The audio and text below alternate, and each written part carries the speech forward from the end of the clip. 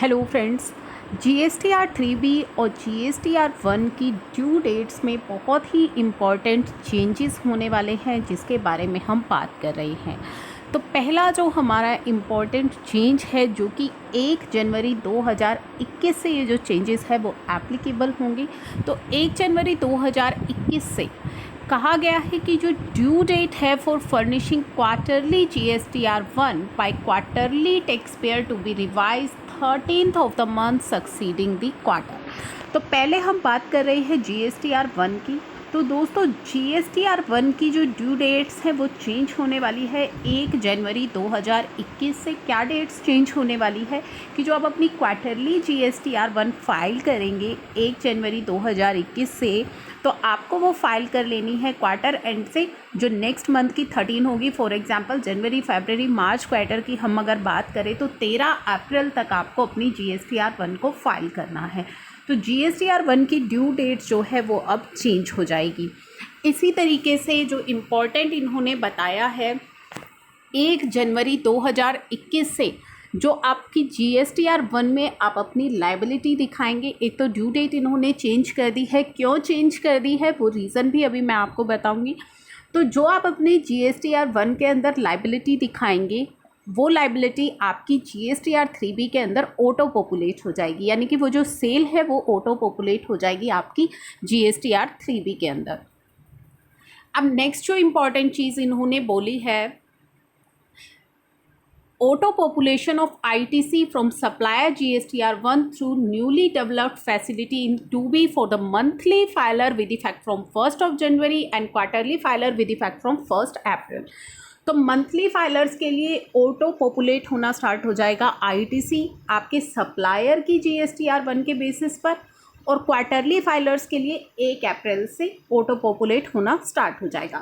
तो अभी हमने बात करी थी GSTR 1 की ड्यू डेट्स चेंजेस होने की कि GSTR 1 की जो ड्यू डेट है वो अब आपकी चेंज कर दी जाएगी।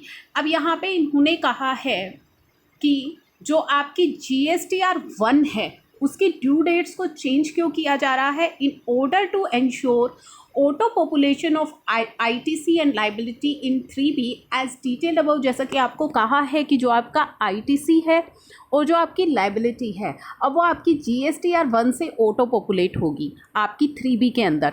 तो आपकी जो GSTR 1 है अब उसे 3B से पहले आपको फाइल करना होगा। In order to ensure auto population of ITC and liability, GSTR 1 would be mandatorily required to be filed before 3B with effect from 1st April 2021। तो 1st अप्रैल 2021 तक से पहले जो क्या है आपकी जो GSTR 1 होगी वो आपको पहले फाइल करनी होगी। आपकी GSTR 3B जो है वो अब आपकी बाद में फाइल होगी। अब सवाल यहाँ पे आता है मंथली फाइलर्स के लिए, तो चलिए समझ में आ रहा है।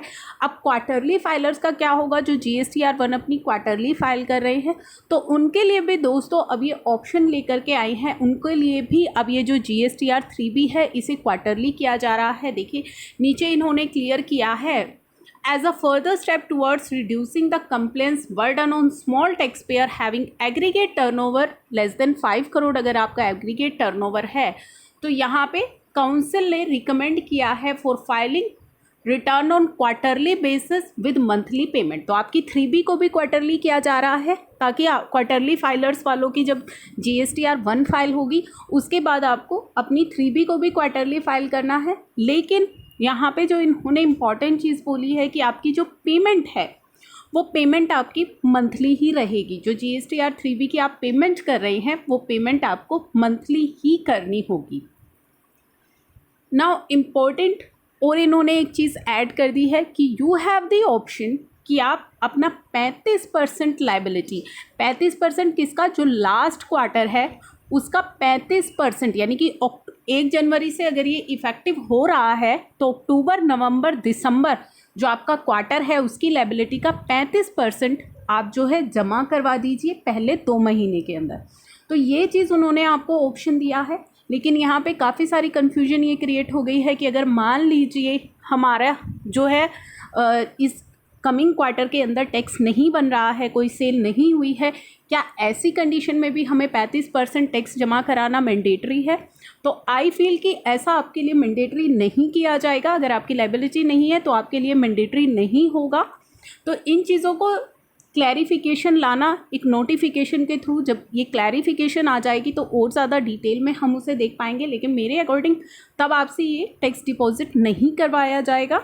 ये टैक्स केवल उसी दौरान आपको कहा जा रहा है, आपको ऑप्शन दिया जा रहा है जब आपकी टैक्स लायबिलिटी बनती होगी।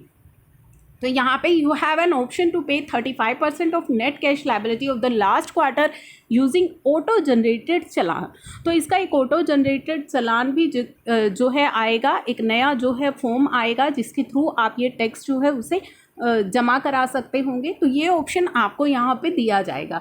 तो बेसिकली दो चीज़ें अब हमें यहाँ से पता लगी है कि जो हमारी GSTR 1 है उसकी फाइलिंग डेट्स चेंज होने वाली हैं और GSTR 3B की। तो पहले हमसे हमारी GSTR 1 को फाइल करवाया जाएगा, उसके बाद हमें अपनी GSTR 3B को फाइल करना होगा। तो इस तरीके से ये ड्यू डेट सेट की जाएंगी क्वार्टरली फाइलर्स के लिए और मंथली फाइलर्स के लिए, कि पहले मंथली आपकी रिटर्न्स जो है GSTR 1 फाइल होगी, क्वार्टरली GSTR 1 फाइल होगी, फिर आपकी 3B फाइल होगी। हालांकि पेमेंट को इन्होंने मंथली ही रखा है। तो ये जो चीज़ें हैं ये इम्पॉर्टेंट चीज़ें इम्प्लीमेंट होने वाली हैं। साथ ही जो मैंने आपको भी बताया कि आपको ऑटो पॉपुलेटेड अब जो है GSTR 3B मिलने वाली है। हालांकि वो हो सकता है कि एडिटेबल हो, लेकिन आपको जो फिगर्स हैं वो ऑटो पॉपुलेटेड प्रोवाइड की जाएंगी। आपकी खुद की GSTR 1 फाइलिंग के बेसिस पर आपकी उसके अंदर लाइबिलिटी दिखाई देगी और आपके सप्लायर ने जो अपनी GSTR 1 फाइल करी है उसके बेसिस पर आपको ITC दिखाई देगा। लेकिन हो सकता है ये आपको एडिटेबल प्रोवाइड की जाए, यानी कि आप उनको एडिट भी कर सकते हैं। अगर आपको जो है आपकी फिगर्स में आपकी कैलकुलेशन में कुछ चेंजेस है तो आपको हो सकता है ये एडिटेबल मोड में प्रोवाइड की जाएं। तो ये चीज़ें हैं जो इम्पॉर्टेंट 1 जनवरी 2021 से काफ़ी सारे चेंजेस हैं जो GSTR 3B और GSTR 1 के अंदर लाए जाने वाले हैं। हालांकि इनकी नोटिफिकेशंस की अभी वेट हो रही है, क्योंकि कुछ क्लैरिटी अभी भी रहती है, कुछ क्लैरिफिकेशन अभी भी नहीं क्लियर हो रही है इन चीज़ों से कि क्या जो है किस तरीके से प्रॉपर इम्प्लीमेंटेशन होगी, किस तरीके से ये जो 35% टैक्स वाला जो पॉइंट है इसको लेकर काफ़ी सारे अभी भी डाउट्स हैं जो कि नोटिफिकेशंस के थ्रू आई होप क्लियर हो जाएंगे। तो ये था एक इम्पॉर्टेंट वीडियो। आई होप ये वीडियो आपके लिए है यूज़फुल।